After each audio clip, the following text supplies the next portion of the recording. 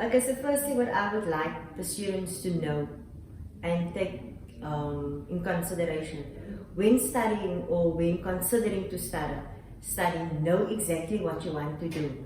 Don't do something because a friend is busy doing it or your parents is forcing you to do it. Do something that you love, that you have a passion for. Don't do educate if you don't have a passion for educate. Don't do legal secretary if you don't have a passion for it, because you're going to waste your time and you're going to waste your money. And at the end of the day, you're going to cancel or you're going to have to transfer, and then you're going to have to start over the whole process over and over again. So it's time consuming for yourself and it's time wasting for yourself. So when a student normally calls us, I would advise a student, when you call in for you need assistance or you have a query that you need to ask, please present us with your student number, because we can't find a student on a surname or a name, because there's a lot of students that we have that has the same surnames, the same names, and now I look for you on your surname or your name, then I come up with another student's account. So please do, if you call in or you send a query in via email, always put your student number in the subject line, or even your ID number in the subject line, and that will be assisting us very much. So what students normally ask us when they register, when do I get my books? So books only gets dispatched once you've made your first payment, once you submitted your documentation.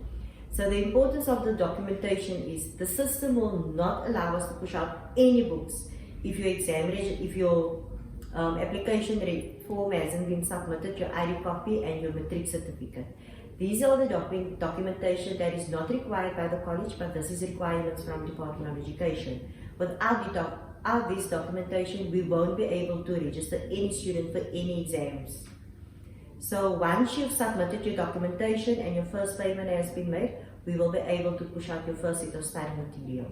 The moment you receive your study material, upon that day you're receiving your study material, there's no due date for assignments, but we advise the students, upon receiving study material, you take 30 days to submit your assignments. The reason for that is, there's only 2 exam sittings per year.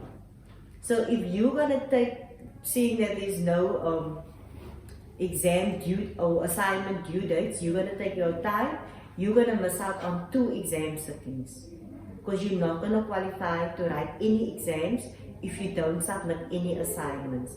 Even if you have the internal exam or 1 assignment outstanding, we're still not going to process anything. So please ensure that all documentation is submitted on time.